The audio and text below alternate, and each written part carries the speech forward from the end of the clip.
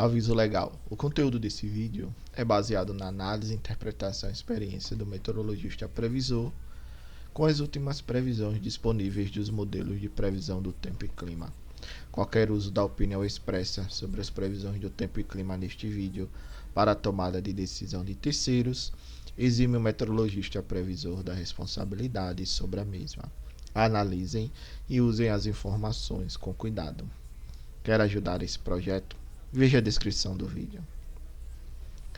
Olá pessoal, vamos dar uma olhada agora nas nossas previsões diárias de hoje, dia 19 de junho de 2021. Se você gostar desse conteúdo, deixa o like, inscreva-se, compartilhe e comente esse vídeo. Então, observando o que aconteceu no acumulado entre os dias 16 e 18, essa figura aqui da direita, vemos que a maior parte do país continua apresentando aquele tempo seco bem definido. Claro, em algumas regiões, em alguns pontos ocorreu alguma chuva, principalmente aqui na costa leste do Nordeste, entre Alagoas e o sul aqui da costa leste do Rio Grande do Norte.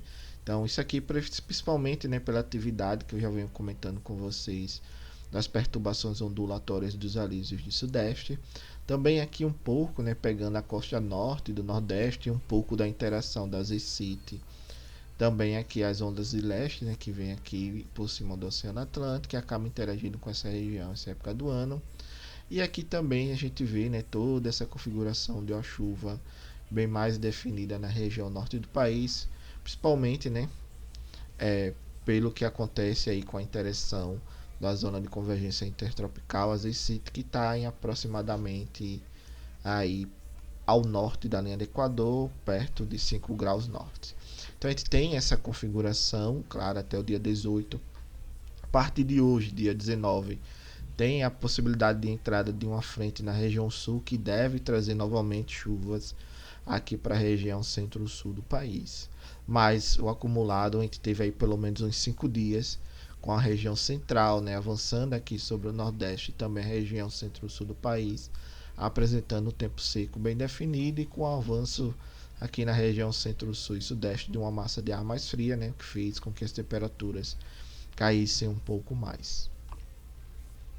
Observando agora a previsão do modelo Cosmo do IMET, o que a gente vê é uma sequência boa de chuvas, começando a partir de agora, dia 18, dia 19, depois tem outra chuva, se eu não me engano, lá para o dia 24, dia 25, mas a gente vem na entrada desse sistema aqui, um pouco da interação do jato de baixos níveis também sobre a região sul, e praticamente aqui, se você observar, acaba pegando as 3 bacias mais importantes do subsistema sul.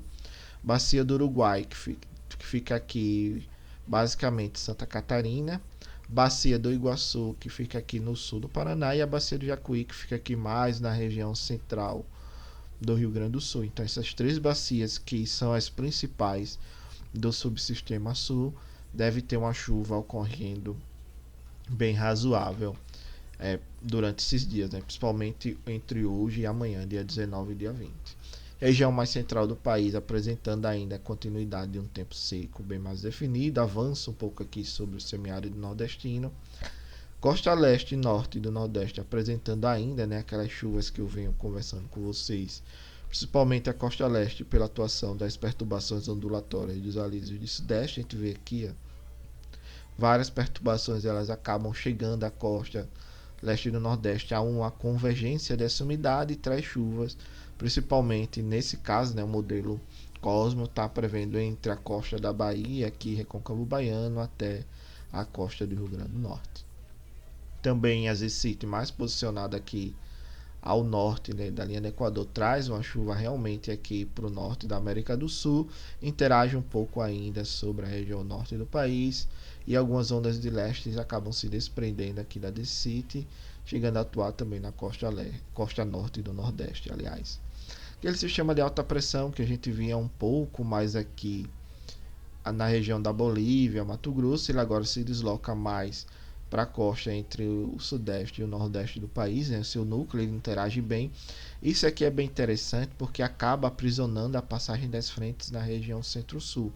Com isso, a gente pode ter aí uma sequência de chuvas boas ocorrendo na virada do mês, entre o mês de junho e julho na região centro-sul, pegando bem, por exemplo, aqui a região incremental Itaipu, Bacia do Paranaíba e também as bacias do subsistema sul, né? Iguaçu, no sul do Paraná, a bacia do Uruguai, né? Que fica entre Santa Catarina e o norte do Rio Grande do Sul, e também a bacia de Jacuí, que fica aqui mais na região central do Rio Grande do Sul. Então pega bem essas regiões, mantém aquele fluxo das ECIT aqui trazendo chuva mais para a região norte da América do Sul e norte do país. Ainda tem uma outra interação com as perturbações ondulatórias dos alísios de sudeste, trazendo também chuva para a costa norte, aliás, para a costa leste do nordeste, e as ondas de leste para a costa norte do nordeste. Ok.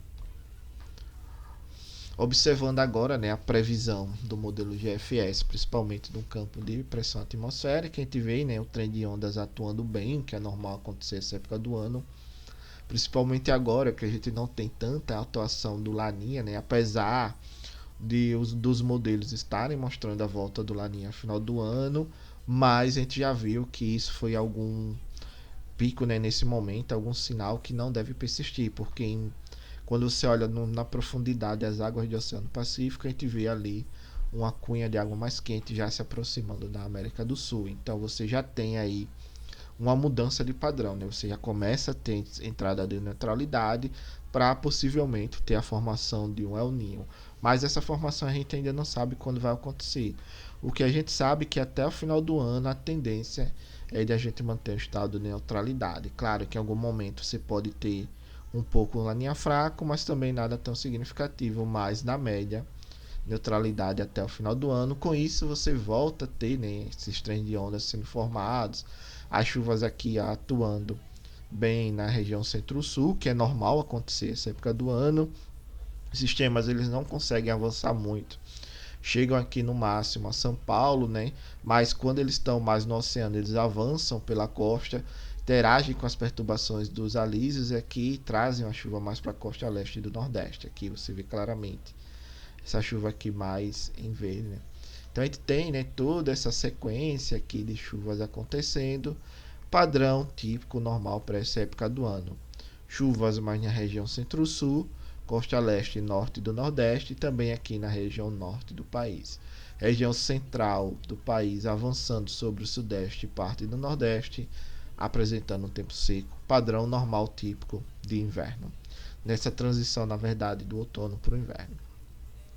Quando a gente olha o geopotencial, não tem nenhum geopotencial aqui bem fechado, acima de 5,90 ou 5.900 e outros modelos que exemplifica a atuação de algum bloqueio atmosférico que possa impedir a formação ou a entrada aí de frentes no país. Claro, tem alguns momentos que aparece, mas não persiste, que é uma dinâmica normal para essa época do ano também, porque como essa região apresenta-se mais fria, né, quando comparada ao período de verão, a tendência é você ter essa coluna de ar um pouco mais pesada, né, porque eu tenho uma densidade maior, com isso você acaba aumentando a pressão, então a gente não tem tanta incidência, por exemplo, já porque é uma coisa mais natural, né, de apresentar realmente uma pressão mais alta se comparado ao período de verão. Agora no verão, quando começa a aparecer um geopotencial bem fechado aqui de 5,90 ou 5.900 e outros modelos, a gente abre o olho e diz, opa, alguma coisa pode acontecer, e se isso aqui se transformar em um bloqueio, provavelmente as chuvas devem ficar mais restritas à região centro-sul, à região da Argentina. Mas por enquanto, padrão normal típico para essa época do ano.